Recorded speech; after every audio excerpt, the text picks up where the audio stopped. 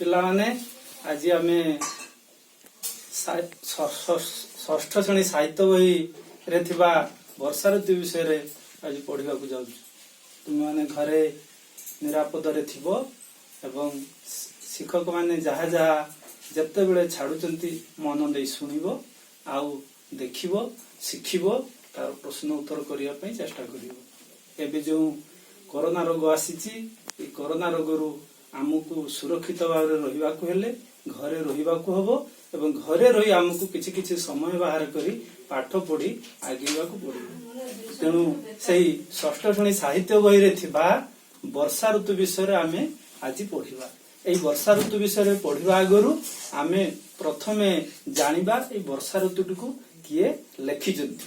ସେଇ ଆମ ଓଡ଼ିଶାର ସୁନାମଧନ୍ୟ କବି, ଲେଖକ ଏବଂ ଜଣେ ଧର୍ମ ପୁସ୍ତକ ଲେଖୁଥିବା ଅତି ବଡ଼ି ଜଗନ୍ନାଥ ଦାସ ସେଇ ବର୍ଷା ବିଷୟଟିକୁ ଲେଖିଛନ୍ତି। ସାଧାରଣତଃ ଆମେ ଆଗରୁ ଜାଣିଛୁ ଯେ ବର୍ଷା ଋତୁ ହେଉଛି ସକଳ ଋତୁଙ୍କର ସାର ବର୍ଷା ଋତୁ। ତେଣୁ ଏହି ବର୍ଷା ଋତୁ ନଥିଲେ ଏ ସୃଷ୍ଟି ରହିବ ନାହିଁ, ଏ ଧରା ରହିବ ନାହିଁ, ଏ ପୃଥିବୀରେ ଆମେ ବଞ୍ଚିପାରିବା ନାହିଁ। କାହିଁ ସକଳ ଋତୁଙ୍କର ସାର ଶସ୍ୟ ସମ୍ପଦ ମଞ୍ଚପୁର।